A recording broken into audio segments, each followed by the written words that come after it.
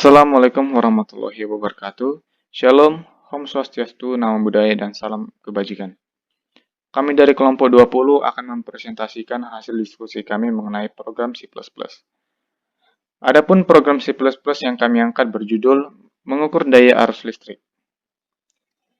Kami kelompok 20 yang beranggotakan yang pertama Richard Saputra Siombing dengan NIM 121340074 dari program Studi Teknik Sistem Energi. Dan El Saulina Ronaganda Sidabutar dengan NIM 121340070 dari program Studi Teknik Sistem Energi. Selanjutnya kita akan masuk pada pengenalan program studi Teknik Sistem Energi. Teknik Sistem Energi TERA adalah menggabungkan pengetahuan pemetaan dan eksplorasi energi fosil dan non-fosil atau energi terbarukan dan perancangan sistem konversi energi ramah lingkungan secara industri. Sehingga kurikulum Teknik Sistem Energi mempelajari lebih dalam mengenai sistem energi yang berdasarkan multidisiplin ilmu. Selanjutnya kita akan mengetahui pengertian dari daya listrik.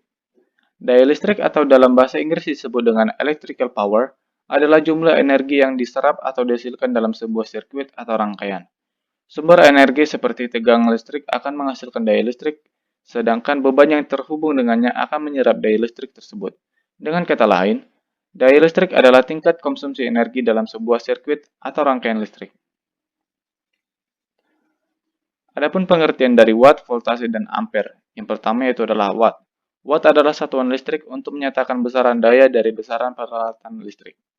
Yang kedua yaitu adalah voltase. Voltase adalah satuan listrik untuk menyatakan besaran tegangan listrik yang dihasilkan atau yang dibutuhkan dari berbagai sumber listrik. Dan yang terakhir yaitu adalah ampere. Ampere adalah besaran arus listrik yang mengalir pada peralatan listrik dengan satuan ampere. Adapun rumus-rumus umum yang digunakan untuk menghitung daya listrik dalam sebuah rangkaian listrik adalah sebagai berikut. Yang pertama yaitu adalah P sama dengan V kali I. Yang kedua, P sama dengan I kuadrat dikali R. Dan yang ketiga, P sama dengan V kuadrat dibagi R. Di mana P yaitu daya listrik dengan satuan watt, V yaitu tegangan listrik dengan satuan volt, I yaitu arus listrik dengan satuan ampere, dan R yaitu hambatan dengan satuan ohm. Di sini kita akan membahas tentang contoh kasus yang akan kita temui dalam kehidupan sehari-hari. Seperti sebuah televisi LCD memerlukan tegangan 220 volt dan arus listrik sebesar 1,2 ampere untuk mengaktifkannya. Berapakah daya listrik yang akan dikonsumsinya? Diketahui V sama dengan 220 volt dan I sama dengan 1,2 ampere. Dan di sini ditanya berapa daya listrik yang akan dikonsumsinya. Di sini kita bisa menjawab dengan rumus P sama dengan V dikali I, di mana P sama dengan 220 volt dan dikali 1,2 ampere. Jadi televisi LCD tersebut akan mengkonsumsi daya listrik sebesar 264 watt. Dari contoh kasus yang tadi, jika kita menghitung besar daya yang dikonsumsi secara manual, besar kemungkinan kesalahan dalam perhitungan dapat terjadi. Oleh karena itu, kami mengaplikasikan ke dalam bahasa pemrograman C++ guna untuk memudahkan pengguna dalam menghitung daya yang akan dikonsumsi oleh barang elektronik tersebut secara valid, sehingga dapat meminimalisir kesalahan dalam perhitungan. Di sini kita akan masuk pada C++. Bahasa pemrograman C++ adalah bahasa pemrograman komputer yang bisa dipakai untuk membuat berbagai aplikasi, atau General Purpose Programming Language, yang merupakan pengembangan dari bahasa pemrograman C. Selanjutnya kita akan masuk pada aplikasi Dev C++ untuk mengetahui programnya.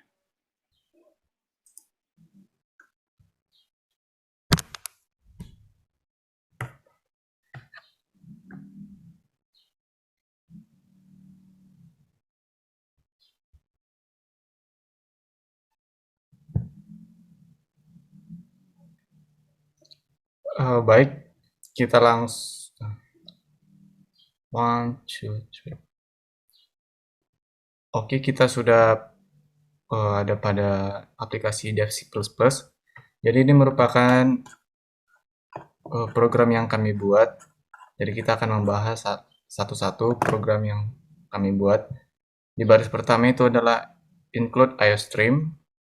Include IOStream adalah untuk mengeluarkan fungsi-fungsi dasar yang lainnya seperti cout, sin, dan lainnya. Dan yang di baris kedua itu include string, di mana include string ini berfungsi untuk mengeluarkan fungsi array yang berupa pengelompokan variabel ataupun angka. Jadi, pada program kami ini, kami menggunakan dua header sebagai headernya. Selanjutnya, kita akan masuk ke using namespace, std, dan integer main. Ini adalah cara kerja dari program C++ yang merupakan bawaan dari bahasa pemrograman C++. Nah, di sini integer berguna untuk mengelompokkan bilangan bulat. Dan di sini ada tanda kurung, digunakan untuk mengawali suatu kondisi, maka kita harus menggunakan tanda kurung. Dan untuk mengakhirinya, digunakan tanda baca tutup kurung seperti di sini. Nah, selanjutnya di sini ada string pilih ulang. Maksudnya di sini, string ini berfungsi untuk mengelompokkan, tapi dalam kasus ini pengelompokannya yaitu saat pemilihan dan saat ingin mengulang. Kemudian ada fungsi cout endline. Di sini berfungsi untuk mengakhiri baris. Di sini dimasukkan dua cout endline untuk mengakhiri baris juga. Nah, dan di sini cout selamat datang di program perhitungan daya teknik sistem energi. Nah, ini merupakan variasi yang kami lakukan dan di sini ada dibuat oleh kelompok 20 karena kami merupakan dari kelompok 20 dan di sini merupakan nama anggota kelompok kami yang terdiri dari Richa Syaputra Shombing dan El Saulina Ronaganda Sriputar. Selanjutnya ada TPB 10, kami berasal dari TPB 10 dan dari Prodi Teknik Sistem Energi. Nah, ini nanti akan dikeluarkan pada program jika dijalankan. Selanjutnya, di sini terdapat fungsi perulangan yaitu do yang merupakan yang berfungsi untuk melakukan perulangan dulu dengan memenuhi syarat. Nah, selanjutnya ada float x, n, v, a, p, i, h, w, t. Nah, float ini berguna untuk pengulangan titik dalam suatu bilangan ataupun kata, seperti angka desimal, serta memvariabelkan huruf yang digunakan dalam pemrograman. Selanjutnya, cout program perhitungan kelistrikan teknik sistem energi ini merupakan judul dari program kami, cout endline. Selanjutnya cout pilihan program. Nah, di sini kita memasukkan pilihan-pilihan apa aja yang akan kita pilih. Pilihan 1, pilihan 2, pilihan 3, pilihan 4, cout endline. Nah, cout program ini menggunakan satuan internasional. Selanjutnya cout, sebelum kita memasukkan nilai, pastikan sudah dalam bentuk satuan internasional. Di sini kita mengingatkan user untuk memastikan apakah data yang mereka masukkan itu sudah dalam satuan internasional atau belum. Selanjutnya, cout pilih program sesuai dengan yang dibutuhkan. Nah, sini kita menawarkan kepada user untuk memilih program sesuai dengan yang dibutuhkannya. Oh ya, sebelum ke situ, saya lupa menjelaskan fungsi cout ini. Nah, fungsi cout ini berfungsi untuk mengeluarkan variabel atau kata-kata yang akan dibutuhkan. Jadi, kata-kata yang akan kita masukkan di sini, itu nanti akan keluar jika programnya dijalankan. Selanjutnya ada sin. Sin ini berfungsi untuk memasukkan kata-kata atau angka yang diinginkan. Nah, seperti di sini sin x. Maka x di sini merupakan sebagai kode untuk menjalankan cout-nya. Nah, pilih program sesuai dengan yang dibutuhkan. Nah, gunanya sin di sini untuk memasukkan program mana yang akan kita jalankan. Seperti itu. Selanjutnya Ciot Inline.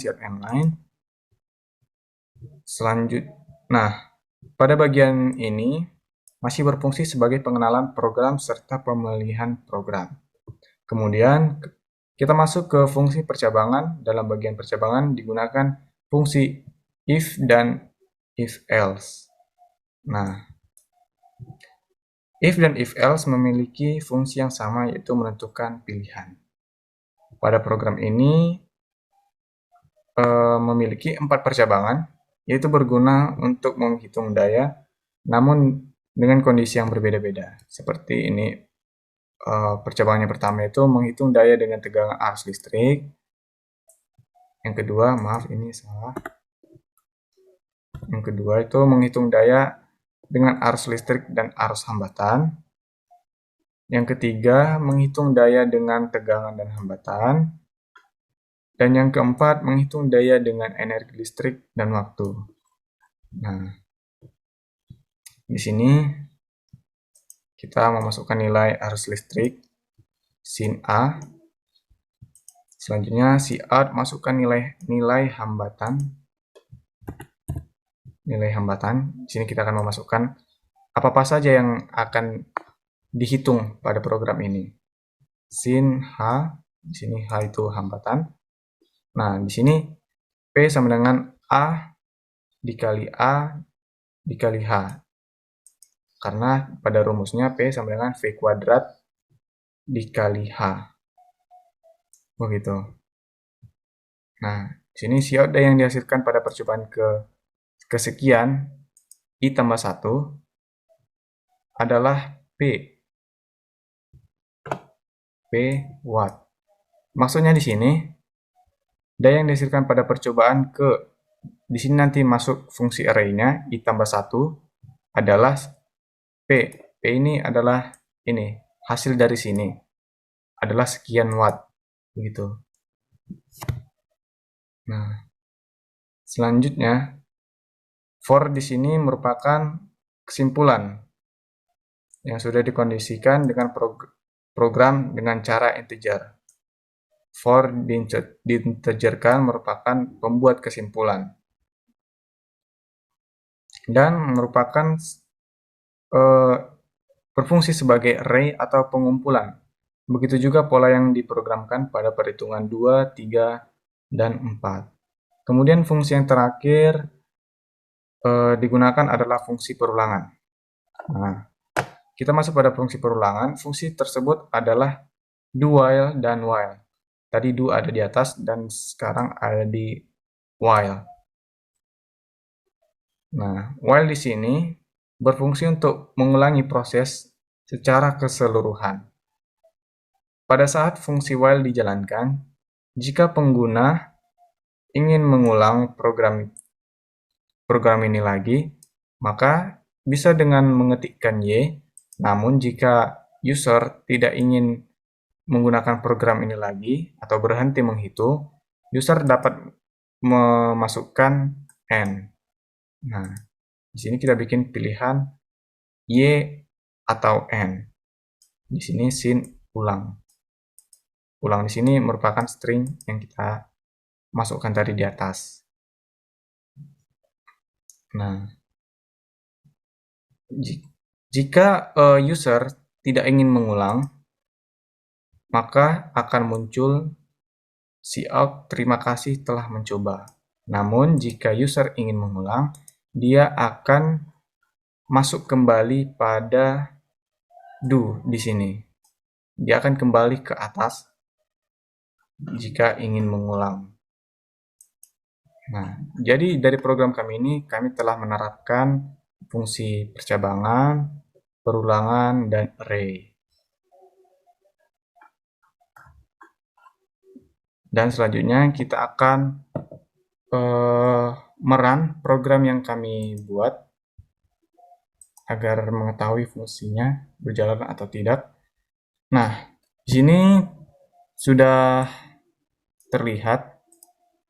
Selamat datang di program perhitungan daya teknik sistem energi dibuat oleh kelompok 20 maksud saya, Richa Saputra Siombing dan El Saulina Ronaganda Sidabutar, TBP 10, program studi teknik sistem energi. Program perhitungan kelistrikan teknik sistem energi, ini merupakan judul kami. Nah, di sini kita menawarkan program. Yang pertama itu program daya dengan tegangan dan arus listrik. Yang kedua, menghitung daya dengan arus listrik dan hambatan. Yang ketiga, menghitung daya dengan tegangan dan hambatan. Dan yang keempat, menghitung daya dengan energi listrik dan waktu. Program ini menggunakan satuan internasional atau SI. Sebelum memasukkan nilai, pastikan sudah dalam bentuk satuan internasional. Nah, pilih program sesuai dengan yang dibutuhkan. Nah, di sini kita akan memasukkan, kita akan menggunakan program yang mana dari keempat program tersebut. Misalnya, kita akan mencoba dari program pertama. Nah, masukkan banyaknya perulangan. Masukkan banyak perulangan ini maksudnya kita akan mengulangi sebanyak berapa kali. Dan ini merupakan konsep dari fungsi array. Misalnya kita akan mengulang sebanyak 2 kali. Nah, di percobaan pertama, menghitung daya dengan tegangan dan arus listrik. Masukkan nilai tegangan. Kita akan memasukkan nilai tegangan sebesar 200 volt dan nilai arusnya 50 saja. Maka akan keluar daya yang dihasilkan pada percobaan pertama adalah 10.000 watt. Nah, selanjutnya kita masuk ke percobaan yang kedua, menghitung daya dengan tegangan arus listrik, masukkan nilai tegangan. Misalnya kita bikin 100 dan nilai arusnya 50, maka daya yang dihasilkan pada percobaan kedua adalah 5.000 watt. Dan di sini sudah dikelompokkan, data percobaan pertama adalah 10.000 watt dan data percobaan kedua adalah 5.000 watt. Ini merupakan tugas dari fungsi array yang kita lakukan tadi. Nah, di sini juga program menawarkan kepada user apakah ingin menggunakan program ini lagi. Jika iya, ketik Y, dan jika tidak, ketik N.